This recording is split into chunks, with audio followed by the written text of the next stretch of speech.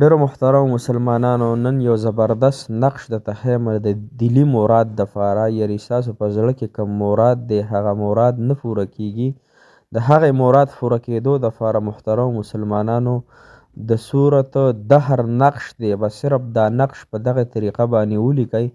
زه درته طریقه ښیم او دغه تعویض چې به یې جوړ کئ، هغه په سرمن کې بند کئ محترمو. هغه په عطر پې ولګوئ، په ښی مټ باندې ولګوئ. ستاسو چې کوم د زړه مراد وي د هغې سوچ او تصور کوئ محترمو. انشاءالله چې بغیر د وظیفې نه به الله جل شانه ستاسو دغه دلي مراد، ځکه په زړه په مرادونو باندې الله جل شانه خبردار دی. نو چې الله تعالی پې خبردار دی، نو بیا زمونږ صرف سوچ او تصور دی چې مالک الله دا کوم ستا د کلام نقش زما په دې ښی مټ باندې دی، الله له دې د برکته زما د دلي مراد کو د رشتې وي، هغه دلي مراد کو د محبت وي، هغه دلي مراد کو محترم مسلمانانو د قرضونو دپاره وي، د ویزې به هر حال چې ستاسو کم یو دلي حاجت دی او مراد دی په زړه کې، د هغې دپاره تاسو وظایف کوئ، د هغې دپاره تاسو د قرآن کریم تلاوت کوئ، د هغې دپاره تاسو نوافل کوئ. نو انشاءالله بغیر د دې اذکارو نه، بغیر د عبادت نه، کوم چې دا وظایف تاسو کوئ، د دې نه بغیر انشاءالله ستاسو دغه مراد او حاجت پوره کیږي. لیکن په طریقه راته ښیم، انشاءالله په دې طریقه باندې تاسو دغه نقش ولیکئ محترم مسلمانانو. السلام علیکم ورحمة الله وبرکاته. ډیرو معزز و محترمو او قابل قدر مسلمانانو رونو خویندو، انشاءالله زه امید د خپل مالک نه لرمه چې تاسو به روغ جوړ یې، په صحت به یې، الله جل شانه خوشحاله و باد کامیاب او کامران لره. الله تعالی مو د زړه تمام حاجتونه او ضرورت پوره کړه.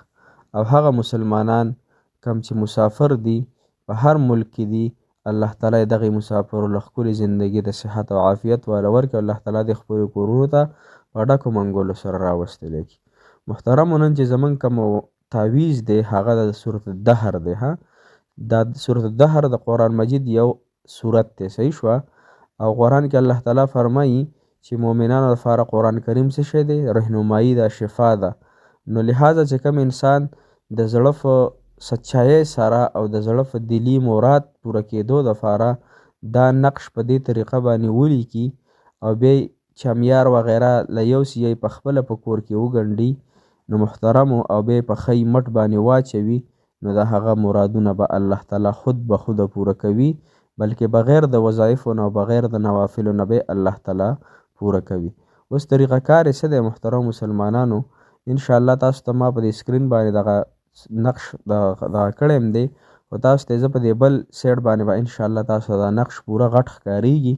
تاسو ته ځان له یو سکرین شاټ وباسئ او دغې نه بیا بالفین او قلم راواخلئ محترم مسلمانانو، صحیح شوه، یا بالفین راوالئ یا سایه والا بالفین راوالئ، هر یو چې وي محترم مسلمانانو. او 10 چارهدام ښکلې وکئ، بیا به دغه رنګې 4 کرښې تاسو داسې راکاږئ، صحیح شوه. او بیا به دغه 4 خانې به پکې ساز کوئ او بیا شمارئ.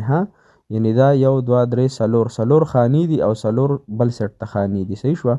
یعنې داسې بره او ښکته هم 4 دي او په اوږدو باندې هم 4 خانې دي، دغه شان غټې غټې به سازې کوئ، صحیح شوه، برابر سپین کاغذ باندې.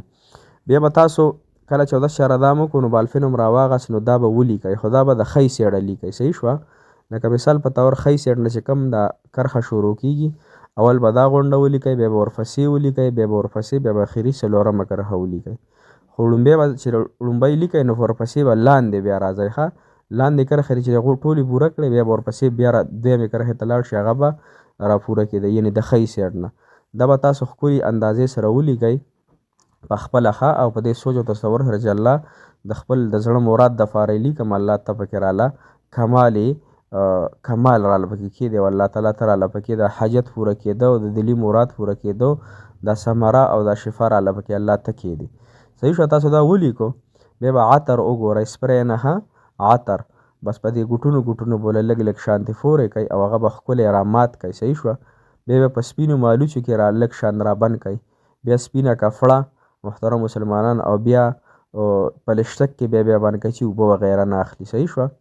دا به تاسو په مټ باندې کوئ، خو چې کله کوشش کوئ باتروم ته ځئ نو کو تاسو نه یېرې، خو بېله خبره ده، کو درته یاد وي نو باتروم د دننه کېدو وخت کې د مټ نه وباسئ، ځان ته یې مخامخ کئ او بیا اچوئ. عطر دې پې پورې کړه، دا به ښکلی چمیار باندې بند کړي. بهتره خبره ده چې چمیار باندې بند کړي، سرمنه کړي. او که سرمنه نشئ کولی نو بیا په کپړه کې، شنه کپړه کې بند کړئ او په دې خپل ښی مټ باندې وتړئ. صحیح شوه. او دا سوچ او تصور سره به روزانه دغه کوئ چې الله تعالی زما دا حاجت د دې نقش سره دغه کړي. خو دې سره بله خبره یو دا د محترمو چې هر قسمه غیبت نه، چغلۍ نه، هر قسم ګناه نه دې نه به ځان ساتئ. څو ورځو پورې انشاءالله دا تعویض به ستاسو په مټ باندې وي. څو ورځې به تاسو هیڅ قسم هغه ګناهونه به پرېږدوئ، صرف وظایف کوئ.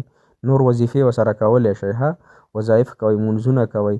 او څومره چې بد نظرۍ دي، ګانې بجانې دي، هر قسمه ګناه ده چې په هغې رب العالمین خفه کېږي، هغه مکمل پرېږدئ. صحیح شو. دا دې فرض شو. نو دا فرض چې کله بیمار شروع کړي که نه، نو الله تعالی وله صحت ورکوي. نو موږ چې هم انشاءالله دې ګناهونه فرض شروع کړو، نو دې نقش کې داسې برکت الله تعالی ږدلی محترم مسلمانانو چې الله تعالی به انشاءالله الله جل شانه زما او ستاسو له دې نقش سره حاجتونه پوره کوي. الله تعالی مو خوشحاله او آباد ساته. الله تعالی مو ټول د زړه مرادونه دې تعویض سره ستاسو پوره کړي. جزاک الله خیره. احسن الجزا فی الدنیا والآخره.